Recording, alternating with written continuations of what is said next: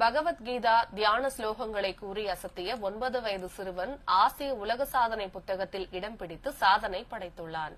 Kovai racecourse பகுதியைச் சேர்ந்த மணிகண்டன் என்பவரது மகன் திரிசூலவேந்தன் 4ஆம் வகுப்பு படித்து வருகிறார். இவர் சிறு வயது முதலே பஞ்சாங்கம் படிப்பது, சிவபுராணம் பாடுவது, அனுமன் சாலிஷா என ஆன்மீக வாசகங்கள் கூறுவதில் ஆற்றல் பெற்றுள்ளார். இந்நிலையில் இவரது வீட்டின் அருகே உள்ள ராதா என்பவர் பகவத்கீதை படிப்பதை ஆர்வத்தோடு கவனித்துள்ளார். சிறுவனின் திறமையை கண்ட அவர் பகவத்கீதாவின் சமஸ்கிருத தியான ஸ்லோகங்களை கூறி பயிற்சி அளித்துள்ளார்.